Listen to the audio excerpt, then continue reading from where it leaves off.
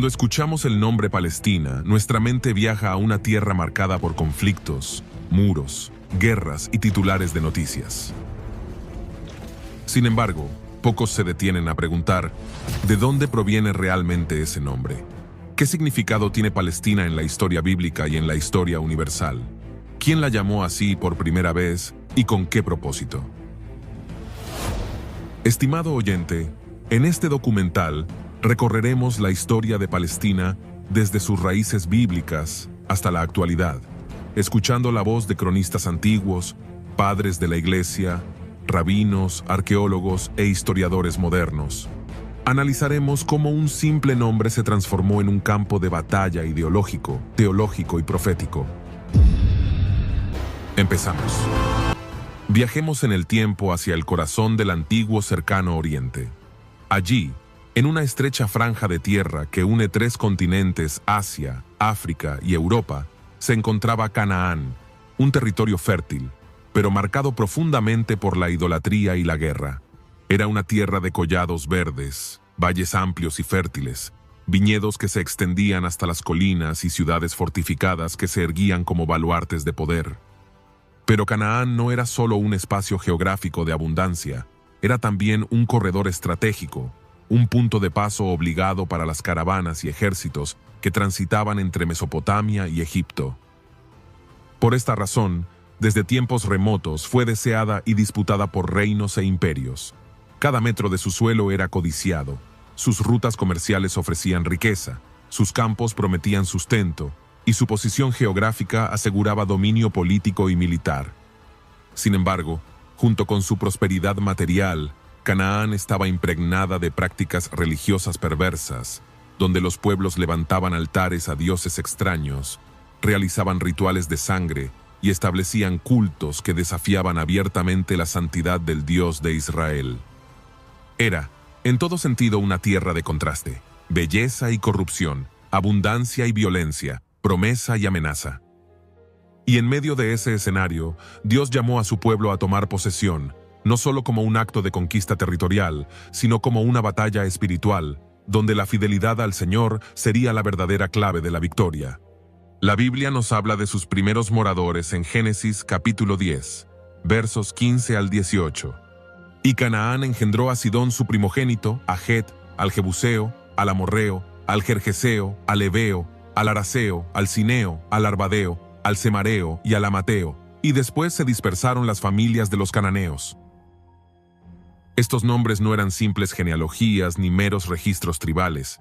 Cada uno de ellos representaba a naciones con identidad propia, culturas desarrolladas y un peso significativo en la historia bíblica. Los jebuseos dominaban Jerusalén, una ciudad estratégica y codiciada, cuyo corazón era considerado casi inexpugnable hasta que David la conquistó siglos más tarde. Los amorreos, conocidos por su fiereza y su espíritu guerrero, se extendían en las montañas, ejerciendo control sobre las rutas y pasos elevados, lo que les daba superioridad militar y dominio territorial. Los hititas, vinculados con el gran imperio del norte, tenían raíces profundas en Anatolia, y su influencia se expandió hasta Canaán, siendo reconocidos por su organización y poder político. Los filisteos, descendientes de los llamados pueblos del mar, se establecieron en la franja costera, en ciudades fortificadas como Gaza, Ascalón, Asdod, Gat y Ecrón, convirtiéndose en uno de los enemigos más recurrentes de Israel a lo largo de su historia.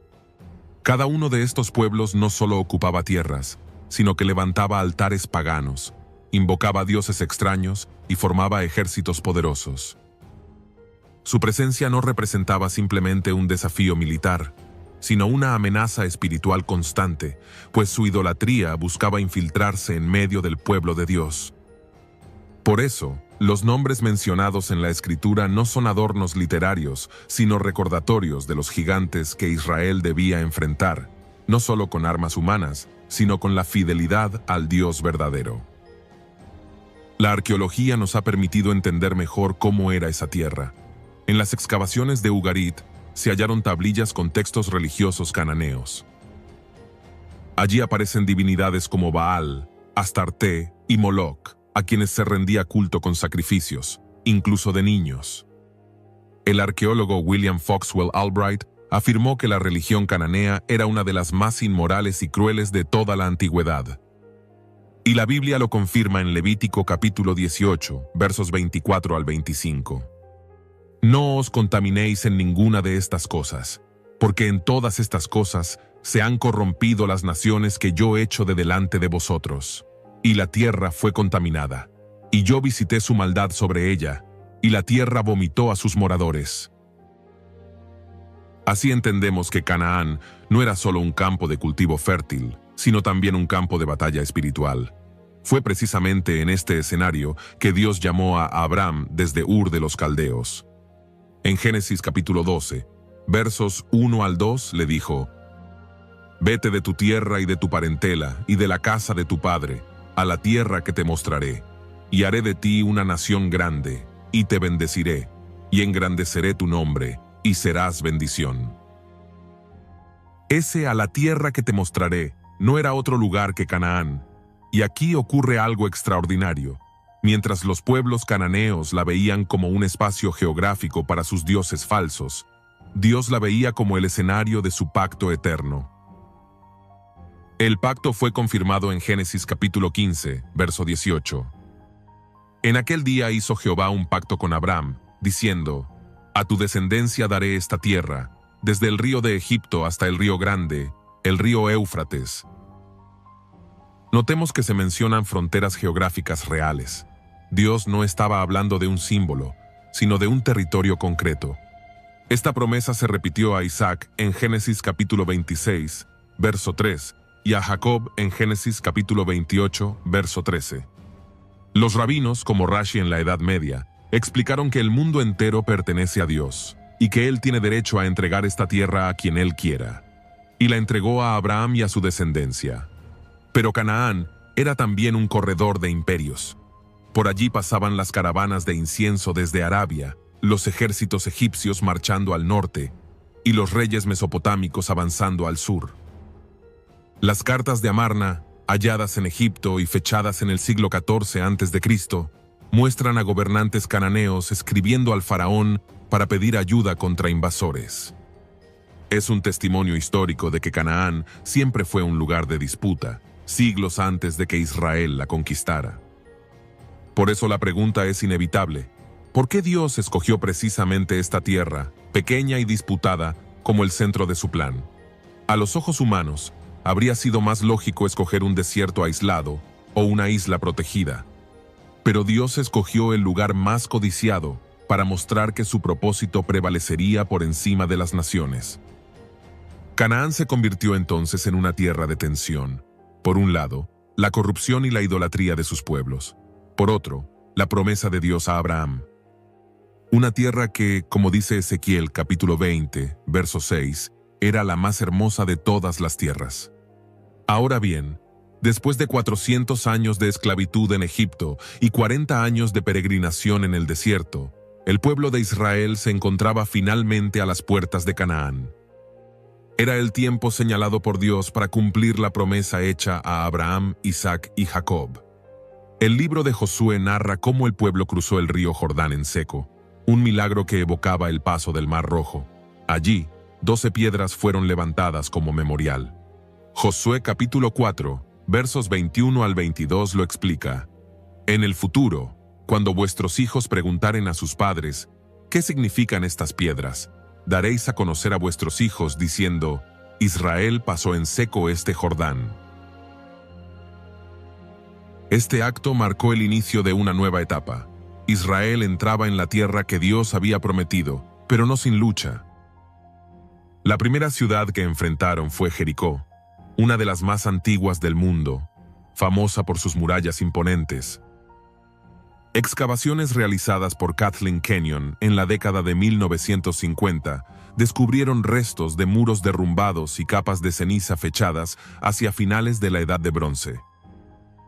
Aunque ella interpretó los hallazgos como previos a Josué, el arqueólogo Bryant George Wood reanalizó las cerámicas y concluyó que la destrucción ocurrió hacia 1400 a.C., en la misma época que señala la cronología bíblica. El historiador judío Flavio Josefo, en Antigüedades Judías, libro quinto, capítulo primero, también relató la caída sobrenatural de Jericó, afirmando que fue un acto divino más que humano. Tras Jericó, Israel enfrentó a Ai, una ciudad mucho más pequeña, pero fue derrotado en el primer intento. El problema no fue militar, sino espiritual.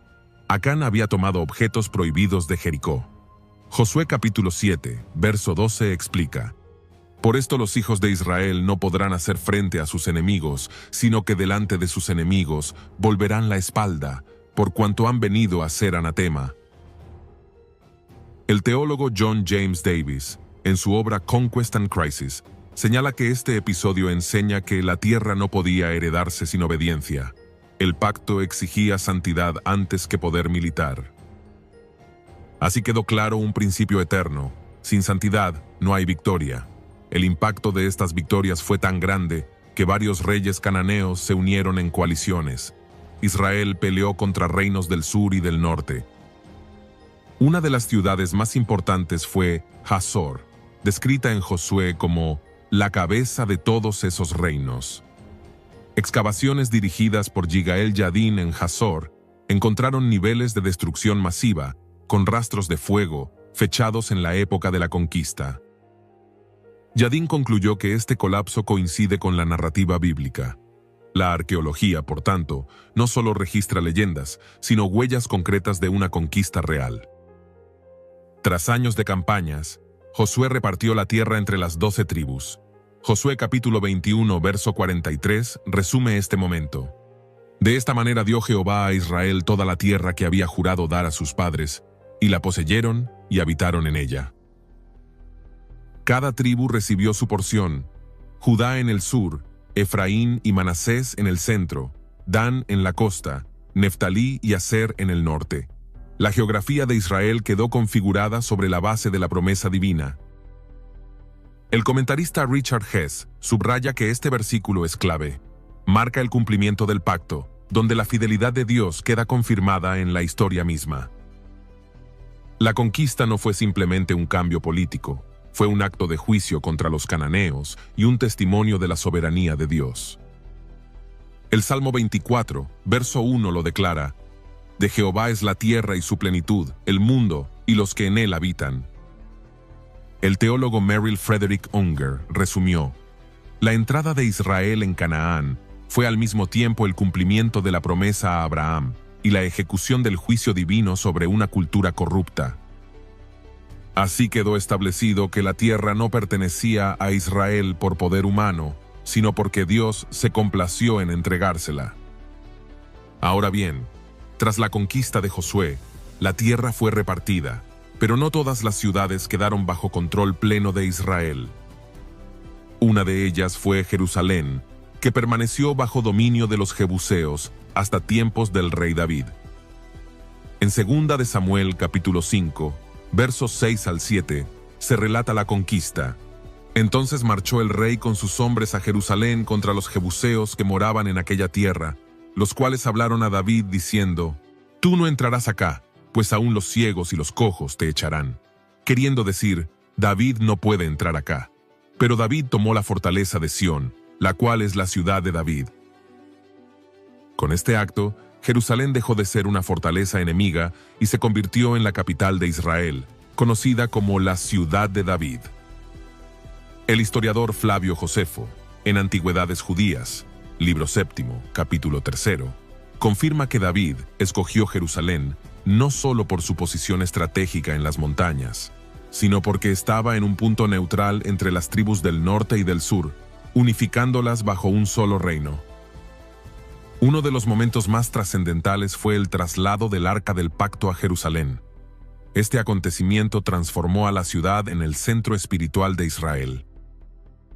El teólogo Walter Brueggemann comenta que, con este acto, David aseguró la centralidad de Jerusalén no solo como capital política, sino como capital religiosa, donde la presencia de Dios se establecía en medio de su pueblo. El reinado de Salomón, hijo de David, marcó la época de mayor esplendor de Israel. Bajo su gobierno se construyó el Templo de Jerusalén, descrito detalladamente en Primera de Reyes capítulos 6 y 7. El templo no era un edificio común, era la manifestación arquitectónica del pacto. Salomón oró en su dedicación en Primera de Reyes, capítulo 8, verso 27. ¿Pero es verdad que Dios habitará sobre la tierra? He aquí que los cielos de los cielos, no te pueden contener, cuanto menos esta casa que yo he edificado. La arqueología ha confirmado la existencia de un reino poderoso en tiempos de David y Salomón. Excavaciones en la ciudad de David en Jerusalén, dirigidas por la arqueóloga Eilat Mazar, descubrieron estructuras monumentales que, según ella, podrían corresponder al palacio real de David, lo que respalda el relato bíblico de una monarquía fuerte y organizada. El historiador británico Kenneth Kitchen, en su obra On the Reliability of the Old Testament, señala que la descripción de la administración de Salomón concuerda con los modelos de reinos contemporáneos del Cercano Oriente, demostrando la historicidad del relato. Los salmos celebraban a Jerusalén como el lugar escogido por Dios. Salmos 48, verso 2 dice: Hermosa provincia, el gozo de toda la tierra, es el monte de Sión, a los lados del norte, la ciudad del gran rey. Para los israelitas, la tierra ya no era solo Canaán, ni una suma de territorios tribales. Jerusalén se convirtió en el símbolo del pacto, en el corazón del pueblo de Dios.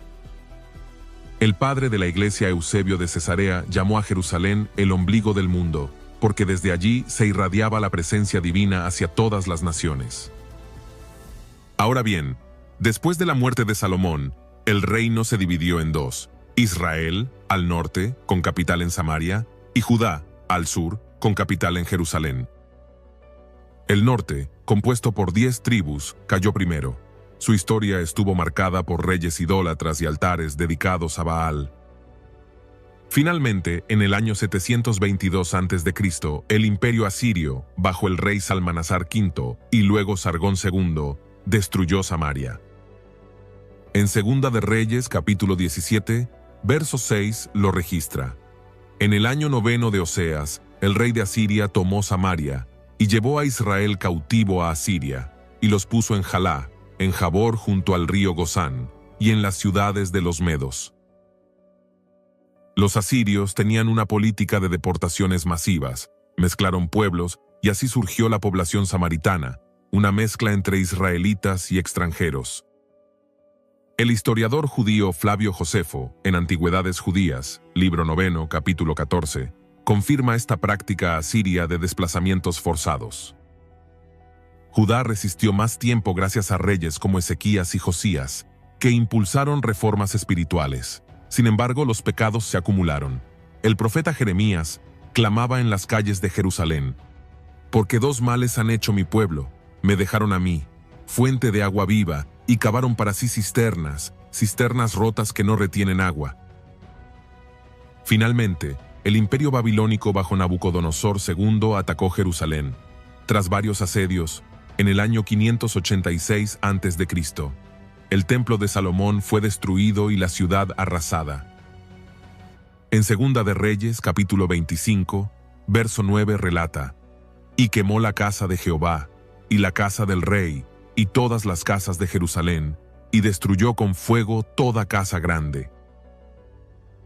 Este evento fue uno de los momentos más dolorosos de la historia judía. El historiador babilonio Beroso, citado por Josefo en Contra Apión, libro 1, capítulo 19, confirma la campaña de Nabucodonosor y el exilio de los judíos a Babilonia. Los profetas no interpretaron el exilio como un fracaso político, sino como una disciplina divina. El teólogo Walter Brueggemann afirma que el exilio fue la experiencia más profunda de pérdida y desarraigo, pero también el lugar donde Israel descubrió que su Dios no estaba atado a un territorio. En Babilonia se han hallado las llamadas tablas de Al-Yahudu, siglo VI a.C., que mencionan colonias de exiliados judíos viviendo cerca del río Éufrates. Estas tablillas, estudiadas por el asiriólogo Lawrence Steiger, confirman que la comunidad judía mantuvo su identidad incluso en el exilio. Los restos de la destrucción de Jerusalén por Nabucodonosor también han sido hallados en excavaciones modernas en la ciudad de David. capas de cenizas, puntas de flechas babilónicas y restos de edificios colapsados que datan exactamente del 586 a.C. El teólogo Christopher Wright, en su obra La misión de Dios, señala que el exilio mostró que la tierra es un regalo, no un derecho, y puede ser retirada si el pueblo la profana con idolatría. Así, la historia del exilio nos enseña que la tierra de Israel no era un simple bien geopolítico, sino un espacio sagrado que exigía obediencia y santidad. Ahora bien, después de 70 años de cautiverio en Babilonia, Dios abrió el camino para el regreso de su pueblo. El profeta Jeremías lo había anunciado, y el cumplimiento llegó cuando Ciro el Grande, rey de Persia, conquistó Babilonia en el año 539 a.C. Poco después emitió un decreto permitiendo a los judíos volver a Jerusalén y reconstruir el templo. El historiador Flavio Josefo, en Antigüedades Judías, libro 11, capítulo 1, confirma que Ciro leyó las profecías de Isaías que mencionaban su nombre en Isaías capítulo 45, verso 1, y movido por ello, permitió el regreso de los judíos. Los exiliados reconstruyeron el altar, reanudaron los sacrificios, y más tarde levantaron el segundo templo, terminado en el 516 a.C. Aunque más modesto que el de Salomón, fue el centro de la fe judía durante siglos. En el siglo IV a.C., Alejandro Magno conquistó el imperio persa. Su llegada trajo consigo la helenización, una ola cultural que afectó a toda la región. Tras su muerte, la tierra de Israel quedó bajo el dominio de sus generales, primero los Ptolomeos de Egipto y luego los Seleucidas de Siria. Fue bajo los Seleucidas que estalló la crisis narrada en los libros de los Macabeos. El rey Antíoco IV Epífanes profanó el templo, sacrificando un cerdo en el altar y dedicándolo a Zeus. Esto provocó la rebelión de los Macabeos en el año 167 a.C. y la posterior purificación del templo, un evento conmemorado hasta hoy en la fiesta judía de Hanukkah. El historiador Eusebio de Cesarea, en su crónica, relata cómo la resistencia judía preservó su identidad frente a la presión helenista. En el 63 a.C., Pompeyo, general romano, conquistó Jerusalén. A partir de entonces, Judea se convirtió en un reino cliente de Roma. Herodes el Grande fue nombrado rey de los judíos por el Senado romano en el año 37 a.C. y reinó con mano dura, aunque también embelleció Jerusalén, ampliando el segundo templo, que llegó a ser una de las maravillas arquitectónicas de la antigüedad. Fue en este contexto que nació Jesucristo. Mateo capítulo 2, verso 1 lo sitúa claramente. Cuando Jesús nació en Belén de Judea en días del rey Herodes, vinieron del oriente a Jerusalén unos magos. Aquí vemos un detalle importante. En tiempos de Jesús la tierra era llamada Judea, Samaria y Galilea. El término Palestina aún no había sido aplicado oficialmente. El historiador romano Tácito, en sus Historias, libro V, menciona a Judea como una región conflictiva bajo el dominio de Roma, poblada por un pueblo rebelde y celoso de su religión. El templo de Jerusalén fue el corazón de la fe judía en la época de Cristo.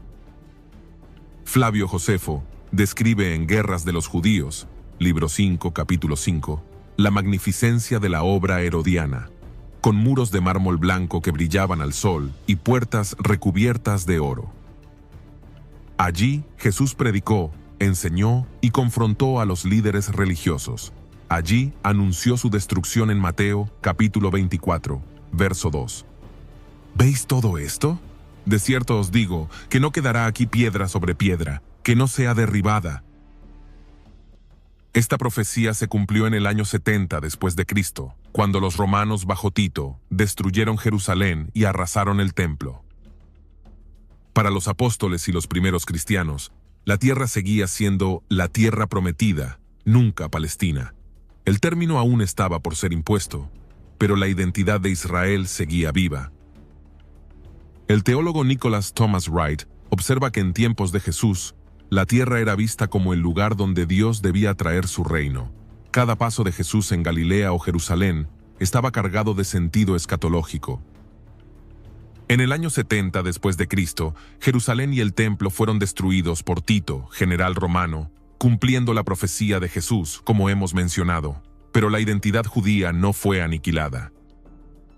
Décadas más tarde, en el año 132 después de Cristo, estalló la revuelta de Bar Kokhba, la última gran rebelión judía contra Roma.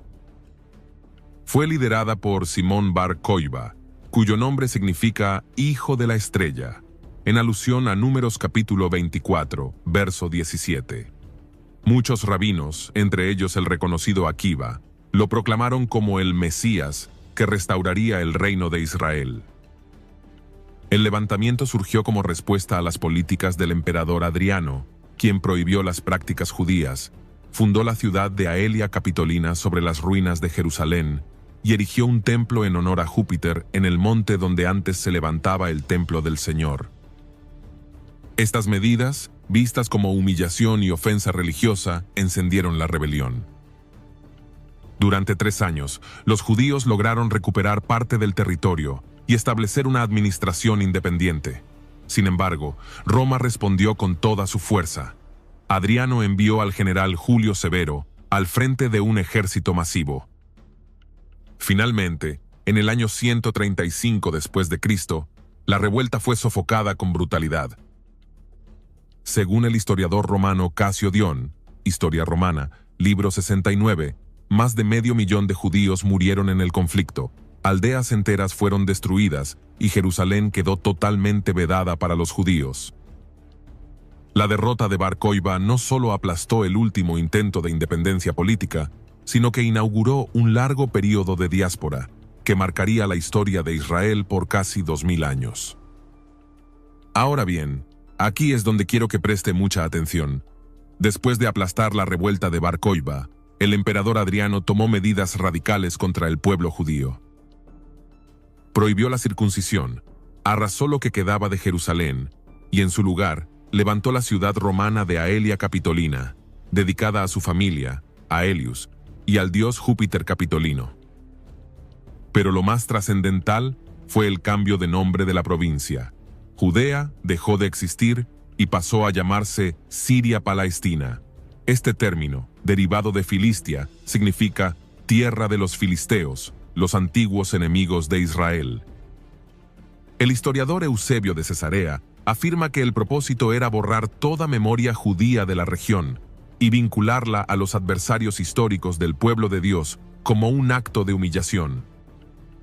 El teólogo Merrill Frederick Unger lo resume así: el nombre Palestina fue un instrumento romano de propaganda, un intento deliberado de eliminar la conexión entre la tierra y el pueblo de Israel. Y como señalan los historiadores modernos Seth Schwartz y Werner Eck, no se trató de un simple cambio administrativo, sino de un castigo calculado, un esfuerzo consciente por desjudaizar la tierra y reescribir su identidad. De esa manera, Roma intentó sepultar a Israel bajo un nuevo nombre, como si con ello pudiera romper el pacto eterno que Dios había hecho con su pueblo. Desde este momento, el término Palestina comenzó a circular en documentos oficiales, mapas y crónicas romanas. No era una designación neutral, sino una imposición cargada de intención política. El historiador Karen Armstrong, en su obra Jerusalén, una ciudad, 3 religiones, explica: la renombrada provincia de Siria Palestina fue un invento de Roma para negar la identidad judía, convirtiendo a Israel en un pueblo sin tierra. El arqueólogo Herschel Shanks, fundador de Biblical Archaeology Review, también subraya que el término Palestina no corresponde a la designación bíblica de la tierra, sino que es un título posterior, nacido de la enemistad romana hacia los judíos. Ahora, este cambio de nombre tuvo repercusiones enormes. Primero, la diáspora judía se intensificó. Los sobrevivientes fueron expulsados, vendidos como esclavos o esparcidos por el imperio. Segundo, Jerusalén quedó vedada a los judíos. Solo se les permitía entrar un día al año para llorar en las ruinas, lo que luego dio origen al famoso Muro de los Lamentos. Tercero, la identidad bíblica de la tierra quedó oculta bajo el nuevo nombre. Durante siglos, el mundo conocería el territorio como Palestina, sin recordar que antes fue Canaán, Israel y Judea. El padre de la Iglesia Tertuliano, escribiendo en el siglo II, se refirió a la región como Palestina, reflejando cómo el nombre impuesto por Roma se había establecido en la tradición posterior. Ahora, tras la división del Imperio Romano, Palestina quedó bajo dominio bizantino. Para los bizantinos, Jerusalén era la ciudad santa del cristianismo. En el año 313, con el Edicto de Milán, el emperador Constantino legalizó el cristianismo y poco después impulsó la construcción de iglesias en Tierra Santa. La más importante fue la Basílica del Santo Sepulcro, inaugurada en el 335 después de Cristo, en el lugar donde se creía estaba la tumba vacía de Cristo. Eusebio de Cesarea, obispo y cronista de la época, describe en su obra Vida de Constantino cómo el emperador ordenó derribar un templo pagano y edificar en su lugar un santuario cristiano. El nombre Palestina siguió usándose en documentos oficiales bizantinos. Los cronistas hablaban de Palestina Prima, Judea y Samaria, Palestina Secunda, Galilea y Palestina Tertia, el Negev. En el año 638, el califa Umar ibn al-Jattab conquistó Jerusalén. El dominio islámico transformó la región. En el Monte del Templo, donde antes estuvo el santuario de Salomón y el templo de Herodes, se construyeron dos de los edificios más emblemáticos del Islam. Primero, la Cúpula de la Roca, en el año 691 después de Cristo, erigida por el califa Abd al-Malik, en el lugar donde la tradición islámica afirma que Mahoma ascendió al cielo. Segundo, la Mezquita de Al-Aqsa, que convirtió a Jerusalén en la tercera ciudad santa del Islam, después de la Meca y Medina. El nombre Palestina se mantuvo bajo el control de los califatos Omeya y Abbasí, reflejando continuidad con el término impuesto por Roma. El historiador árabe al-Muqaddasi, nacido en Jerusalén en el siglo X, escribió en su obra Ahsan al-Taqasim: la tierra de Palestina es la más gloriosa de todas las tierras, el centro del mundo y el lugar de los profetas. En el siglo XI, las cruzadas cristianas transformaron la región en escenario de guerras sangrientas. En 1099, los cruzados europeos tomaron Jerusalén y fundaron el Reino Latino de Jerusalén.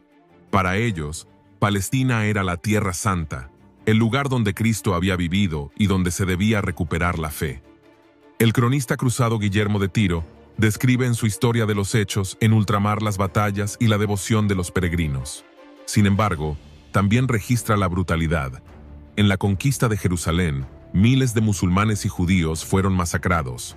El dominio cruzado fue efímero. En 1187, Saladino, líder musulmán kurdo, reconquistó Jerusalén tras la batalla de Hattin. Desde entonces, la región volvió a estar en manos islámicas, aunque siempre codiciada por las potencias cristianas. Durante este periodo, Palestina ya era más que un territorio. Se había convertido en un símbolo espiritual global. Para los judíos, era la tierra de la promesa, aunque vivían en diáspora. Para los cristianos, era la tierra de Jesús, escenario de peregrinaciones y cruzadas. Para los musulmanes, era un lugar sagrado desde donde Mahoma ascendió al cielo. El teólogo Philip Jenkins, en La historia perdida del cristianismo, afirma que Palestina se convirtió en el epicentro de la competencia entre religiones universales, judaísmo, cristianismo e islam, todas reclamándola como propia. En 1517, el sultán Selim I del Imperio Otomano conquistó Jerusalén, y Palestina pasó a formar parte de una de las potencias más grandes del mundo. Durante 4 siglos, la región estuvo bajo administración turca. Los otomanos dividieron Palestina en distritos, sanjaks, y la gobernaron desde Damasco y Estambul. La tierra fue explotada principalmente para la agricultura, pero con el tiempo cayó en abandono y pobreza. Varios viajeros occidentales describieron la región en ruinas. El escritor estadounidense Mark Twain, en su libro Los inocentes en el extranjero, 1869, escribió tras visitar la región: Palestina se sienta vestida de saco y ceniza. La desolación reina en toda la tierra. Apenas hay un árbol o un arbusto. Su testimonio refleja el deterioro de la tierra bajo siglos de dominio extranjero. Sin embargo, los judíos nunca olvidaron su conexión con Jerusalén. Comunidades pequeñas permanecieron en ciudades como Hebrón, Safed, Tiberíades y Jerusalén. El rabino Judá al-Kalai siglo XIX, predicó que el regreso de los judíos a Sion era una obligación profética. Estas ideas serían precursoras del movimiento sionista moderno. En el siglo XIX, las potencias europeas comenzaron a interesarse en Palestina, especialmente por razones estratégicas y religiosas. Peregrinos cristianos la visitaban, arqueólogos buscaban restos bíblicos, y diplomáticos la veían como la llave para controlar el Medio Oriente. Durante la Primera Guerra Mundial, el Imperio Otomano se alió con Alemania, lo que lo llevó a enfrentarse a los británicos. En 1917, las tropas del general Edmund Allenby entraron en Jerusalén, poniendo fin a 4 siglos de dominio otomano. Ese mismo año, el gobierno británico emitió la Declaración Balfour, en la cual el canciller Arthur James Balfour declaró el apoyo de Gran Bretaña al establecimiento de un hogar nacional judío en Palestina. El texto decía: el gobierno de Su Majestad ve con buenos ojos el establecimiento en Palestina de un hogar nacional para el pueblo judío y usará sus mejores esfuerzos para facilitar el logro de este objetivo. Este documento fue histórico, pues por primera vez una potencia mundial reconocía el derecho del pueblo judío a regresar a su tierra ancestral. El historiador Benny Morris, especialista en el conflicto árabe-israelí, lo describe como el punto de partida diplomático del moderno Estado de Israel. Tras la guerra, la Sociedad de Naciones entregó a Gran Bretaña el mandato sobre Palestina, formalizado en 1922. Bajo esta administración, miles de judíos comenzaron a emigrar desde Europa, especialmente huyendo de los pogromos en Rusia y más tarde del nazismo en Alemania. El movimiento sionista, liderado por figuras como Theodor Herzl, considerado el padre del sionismo, impulsó la compra de tierras y la creación de asentamientos agrícolas. El lema era claro: una tierra sin pueblo para un pueblo sin tierra. Pero la realidad era compleja.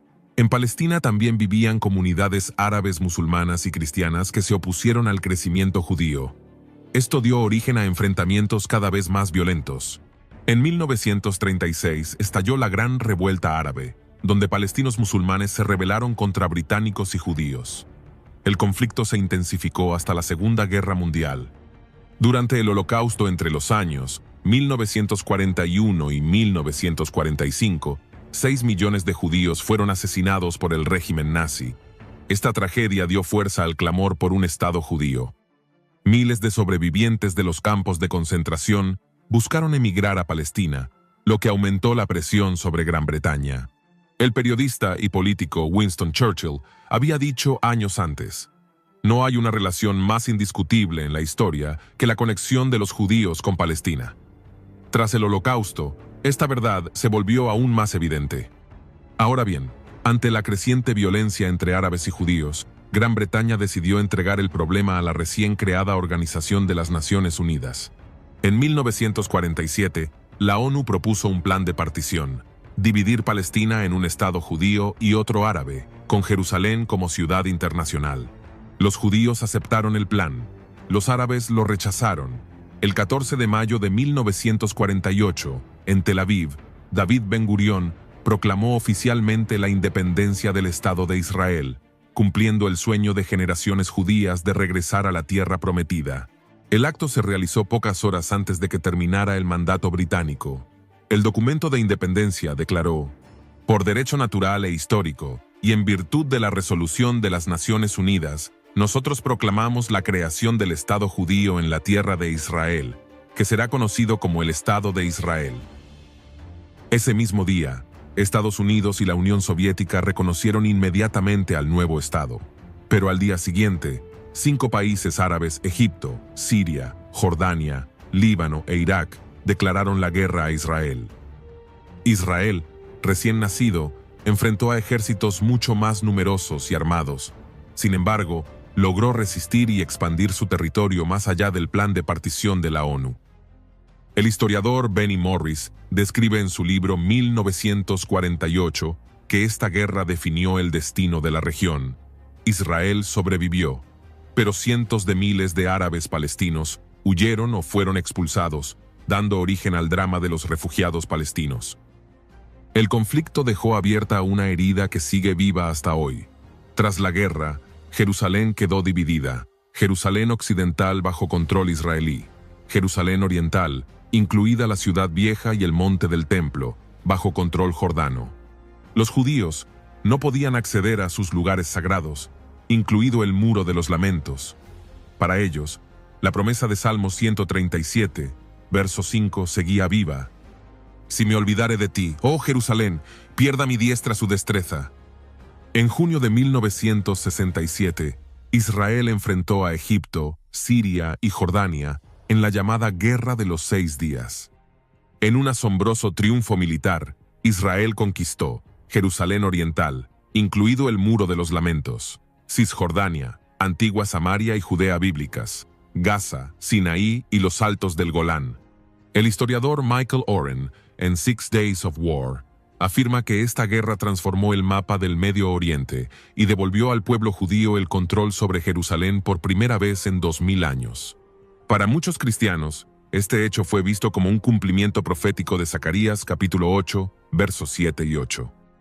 Así ha dicho Jehová de los ejércitos: He aquí yo salvo a mi pueblo de la tierra del oriente y de la tierra donde se pone el sol, y los traeré, y habitarán en medio de Jerusalén, y me serán por pueblo, y yo seré a ellos por Dios en verdad y en justicia. Después de 1967, el conflicto se intensificó. Los palestinos comenzaron a organizarse bajo la OLP, Organización para la Liberación de Palestina, fundada en 1964 y dirigida más tarde por Yasser Arafat.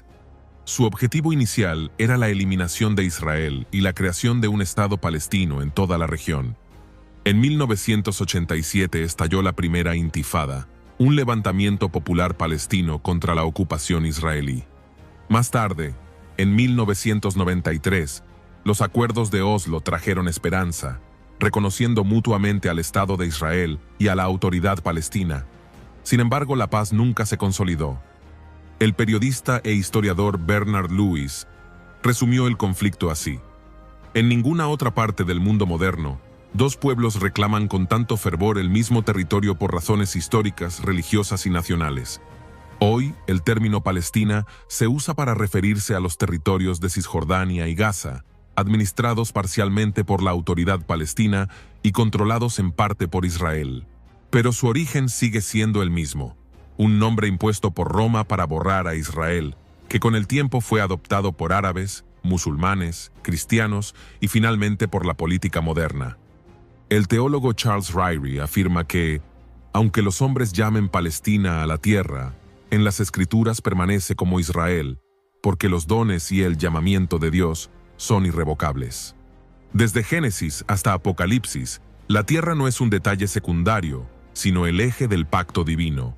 Dios le dijo a Abraham en Génesis capítulo 17, verso 8: «Y te daré a ti y a tu descendencia después de ti, la tierra en que moras, toda la tierra de Canaán en heredad perpetua, y seré el Dios de ellos».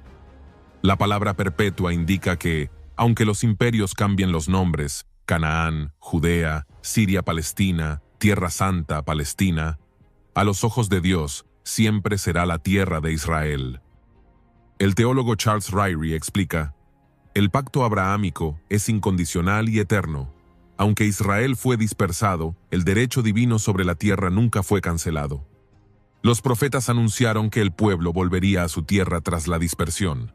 Ezequiel capítulo 36, verso 24 lo declara: «Y yo os tomaré de las naciones, y os recogeré de todas las tierras, y os traeré a vuestro país». Este retorno, que hemos visto cumplirse en el siglo XX con el establecimiento del Estado de Israel, muestra que Dios sigue obrando en la historia. El erudito judío Eliezer Schweid afirmó que el retorno moderno del pueblo judío a la tierra de Israel no es un accidente histórico, sino parte de la memoria profética que nunca fue olvidada. La Biblia también advierte que Jerusalén será el centro de conflicto en los últimos días. Zacarías capítulo 12, verso 2 dice: «He aquí yo pongo a Jerusalén por copa que hará temblar a todos los pueblos de alrededor contra Judá en el sitio contra Jerusalén». Y en el verso 3 añade: «En aquel día yo pondré a Jerusalén por piedra pesada a todos los pueblos. Todos los que se la cargaren serán despedazados, bien que todas las naciones de la tierra se juntarán contra ella». Hoy vemos cómo Palestina e Israel siguen siendo el foco del conflicto internacional, cumpliendo la palabra profética. El historiador y teólogo Arnold Fruchtenbaum comenta que ningún otro lugar en el mundo concentra tanto la atención política y espiritual como Jerusalén. Esto mismo demuestra que la profecía bíblica está viva.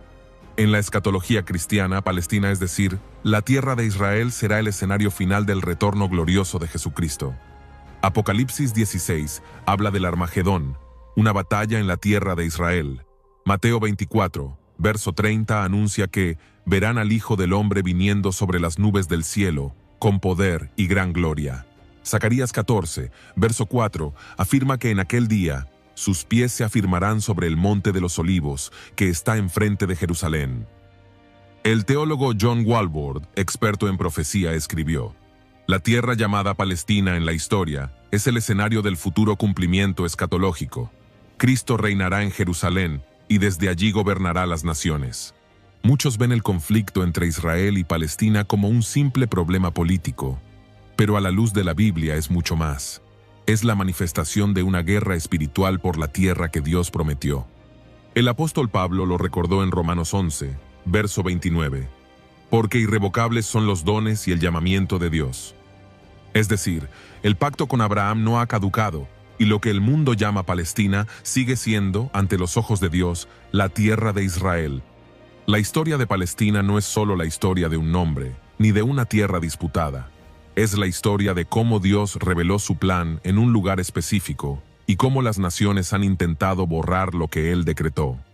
Palestina, Israel, Canaán, diferentes nombres, un mismo propósito eterno. Una tierra pequeña que sigue siendo el corazón del plan de Dios para la humanidad. Hoy, Palestina e Israel son el centro del conflicto más largo de la historia moderna. El término Palestina designa Cisjordania y Gaza, mientras que Israel reclama la tierra como su herencia bíblica y nacional. Dos pueblos, una misma tierra, una disputa sin fin. El punto más sensible sigue siendo Jerusalén. Israel la declara su capital eterna, mientras los palestinos la reclaman como capital de su futuro estado. Esto cumple la profecía de Zacarías 12, verso 3. En aquel día pondré a Jerusalén por piedra pesada a todos los pueblos, todos los que se la cargaren serán despedazados. Las Naciones Unidas han aprobado más resoluciones sobre Israel que sobre cualquier otro país, confirmando que Jerusalén es el centro del mundo. El rabino Shlomo Riskin afirmó: Jerusalén no es negociable, es el lugar que Dios escogió para su morada eterna. El teólogo John Walvoord explicó: el conflicto árabe-israelí es un cumplimiento viviente de la profecía. La Biblia anuncia que esta tierra, llamada Palestina en política, será escenario del regreso glorioso de Cristo. Así llegamos al final de este video. Gracias de corazón por quedarte hasta el final y ser parte de este momento de verdad y reflexión. Si este mensaje habló a tu vida, te invito a que le des me gusta, te suscribas y lo compartas con alguien que lo necesite. Porque cada clic, cada vez que compartes, estás ayudando a que la palabra llegue más lejos y toque más corazones. Nos reencontramos en el próximo video con un nuevo mensaje del cielo para tu alma. Hasta entonces, que la gracia y la paz de Dios te acompañen cada día. Dios te bendiga abundantemente.